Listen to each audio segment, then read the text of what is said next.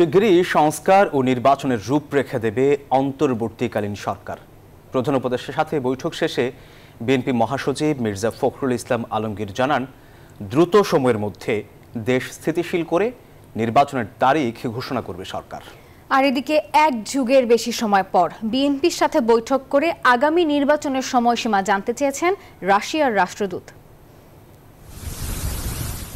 দীর্ঘ এক যুগ পর বিএনপি কার্যালয়ে রাশিয়া সরকারের কোনো প্রতিনিধি।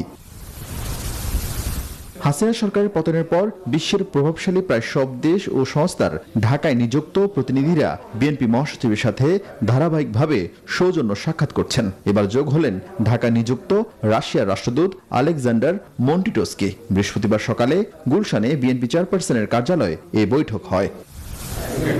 ঘণ্টাব্যাপী বৈঠকের পর বিএনপি নেতা আমির খুসরু বলেন, দুই দেশের মধ্যে ব্যবসা বাণিজ্য, বিনিয়োগ, জ্বালানি সহ নানা সহযোগিতা নিয়ে আলোচনা হয়। এছাড়া বর্তমান প্রেক্ষাপটে নির্বাচনের সম্ভাব্য সময়সীমা জানতে চান রাষ্ট্রদূত। টাইম ফ্রেম জানতে চাইছে, আমরা কোনো টাইম ফ্রেম বলিনি।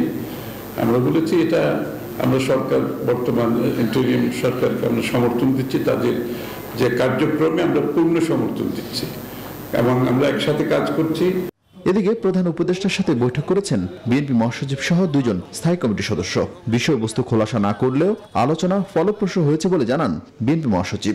তারা তাদের আন্তরিকতা, দেশপ্রেম, যোগ্যতা দিয়ে খুব দ্রুত তারা একটা স্টেবল অবস্থায় নিয়ে আসতে পারবেন এবং একই সঙ্গে তারা একটা নির্বাচনের দিকেও যেতে পারবেন এবং প্রয়োজনীয় সংস্কার সমূহ তারা পূরণ করবেন বলে আমরা বিশ্বাস করি।